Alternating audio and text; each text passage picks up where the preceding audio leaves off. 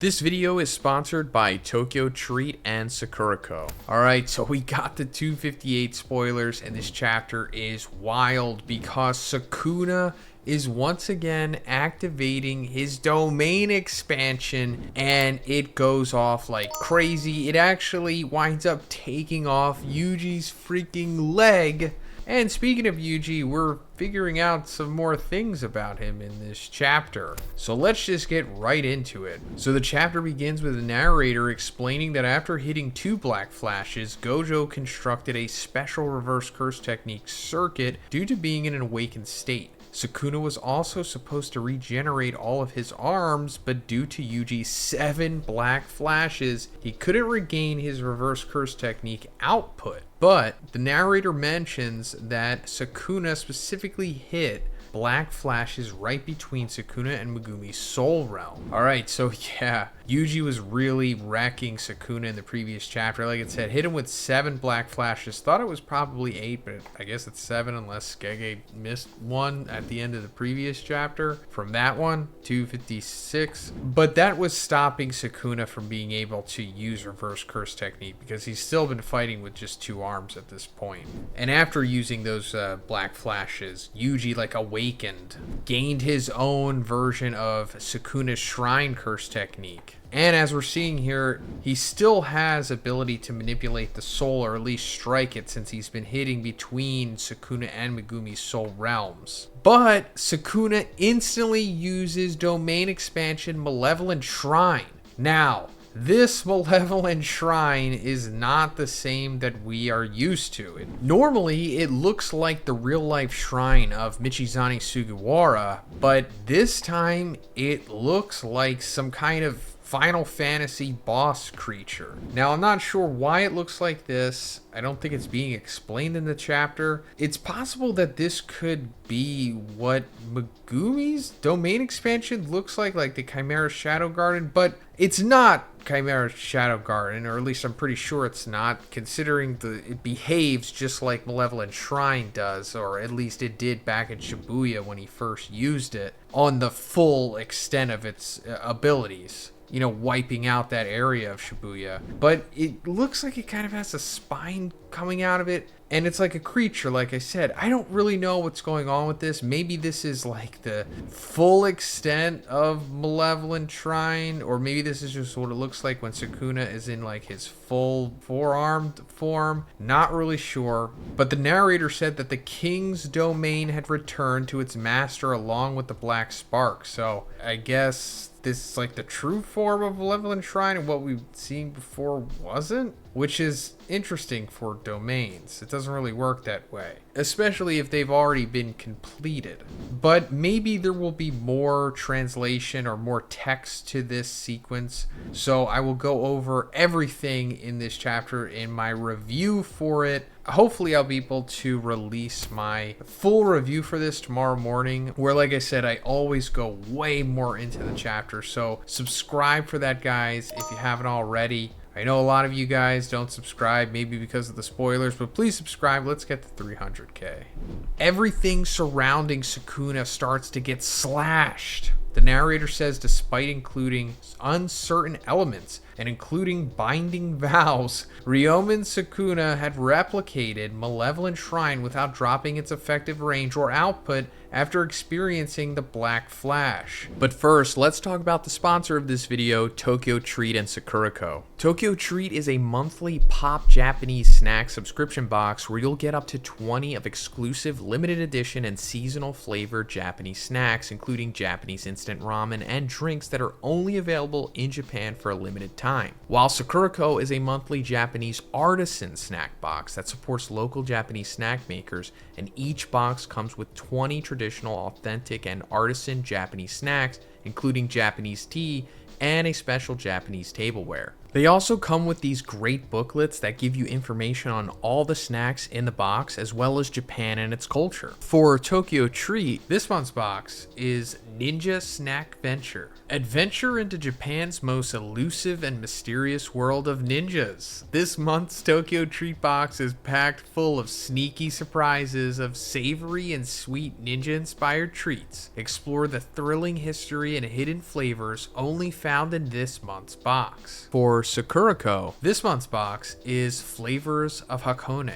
This month, Sakurako partners with the Kanagawa Prefectural Government for a limited edition, specially designed box inspired by the tranquil lake shores and therapeutic waters of Hakone. We invite you to discover Kanagawa's breathtaking natural beauty and indulge in authentic and local flavors that reflect the region's rich culinary heritage. And this month's tableware item is the marquetry plate. So I know you were definitely eyeing that katana candy sword, so let's try it out. And it also comes with these pretty cool shurikens. And the candy gum inside is pretty good. It has like a nice citrusy flavor. So I also had to try the spicy ramen noodles. These are super flavorful. I was really excited for these. And they're also inspired by Korean style ramen, which really kicked up the flavor. Then I tried the endo pea chips. These have tons of umami in them and pack a punch of pea protein as well. And then of course the special Japanese Kit Kats that we get every month with Sakurako, and this month it's chocolate orange. As always, they are divine. Some of the best candy I've ever had in my life. You really need to try these yourself. So we always have to try the tea that we get with the Sakurako boxes because like they said, it pairs with everything in the box. And this month we're trying the Ryokucha or green tea, and it has like this really nice fresh flavor to it. It's very good. Next we tried the peanut macaroons. These are so delicious. It tastes like crunchy peanut butter but with a nice Japanese twist to them. Then I tried the Yokohama chocolate crunch. These taste even better than they look because it has a combination of rich dark chocolate and sweet white chocolate. Then I tried the 7 flavors of Arare. This was so crunchy and so flavorful. So guys, you can get your very own Tokyo Treat and Sakurako boxes by going to my link in the description for yourself or a loved one because they make great gifts. And make sure you use code Zhoniin to receive $5 off your first box. Thanks guys.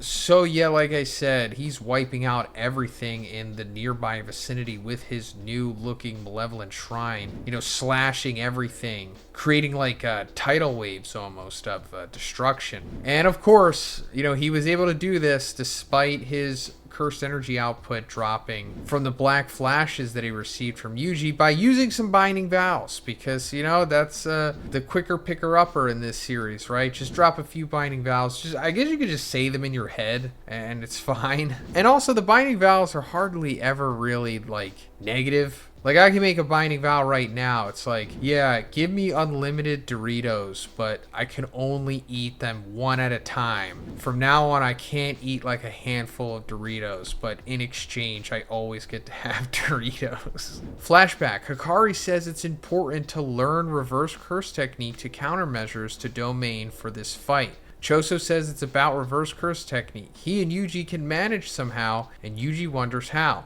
So yeah, we're going back to the month time skip before Gojo fought Sukuna, and everyone is game planning here. It seems like this is what Gege always kind of wanted to do, like the Pulp Fiction approach to that 1 month time skip. Instead of just giving us it in a few chapters back when it was actually happening last summer. Choso asks the reverse curse technique users how do they compensate for the blood when they regenerate their body. Hikari and Yuta couldn't answer, but Shoko says that she converts cursed energy into blood. Choso says that his body allows him to convert his cursed energy into blood, and if Yuji consumes his remaining brothers, he can gain their curse technique and the same properties as Choso to be able to convert cursed energy into blood. Choso also says that the downside of using reverse curse technique, which is a large amount of cursed energy consumption, is also not a concern for them, to him and Yuji, due to their special body. So yeah, I guess this is just explaining what Choso does as well as what Shoko does. Shoko, like the resident healing person here, who we still don't know what she's doing with the deceased or partially deceased and severely wounded members of this battle so far. But yeah, just explaining that she's able to just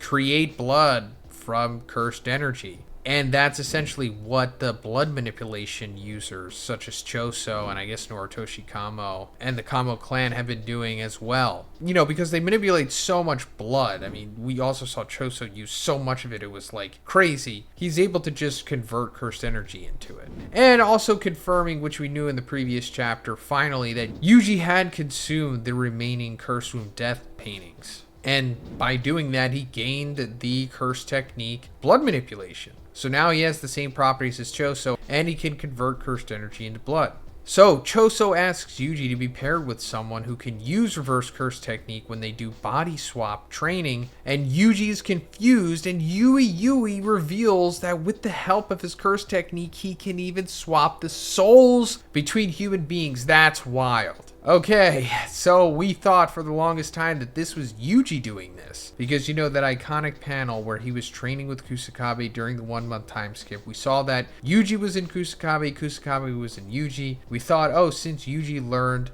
how souls work from that book that Tsukumo gave him, he has some kind of ability where he could swap souls. No, that's just being debunked right now. It's Yui that is able to do it. We just thought Yui's curse technique was like teleportation, but he could swap souls too. And it makes you wonder, like, is he swapping the souls of the deceased possibly? Like, is he doing something with Gojo? And speaking of Gojo, instead of just swapping Yuji into Kusakabe for the training, why didn't he swap him into Gojo?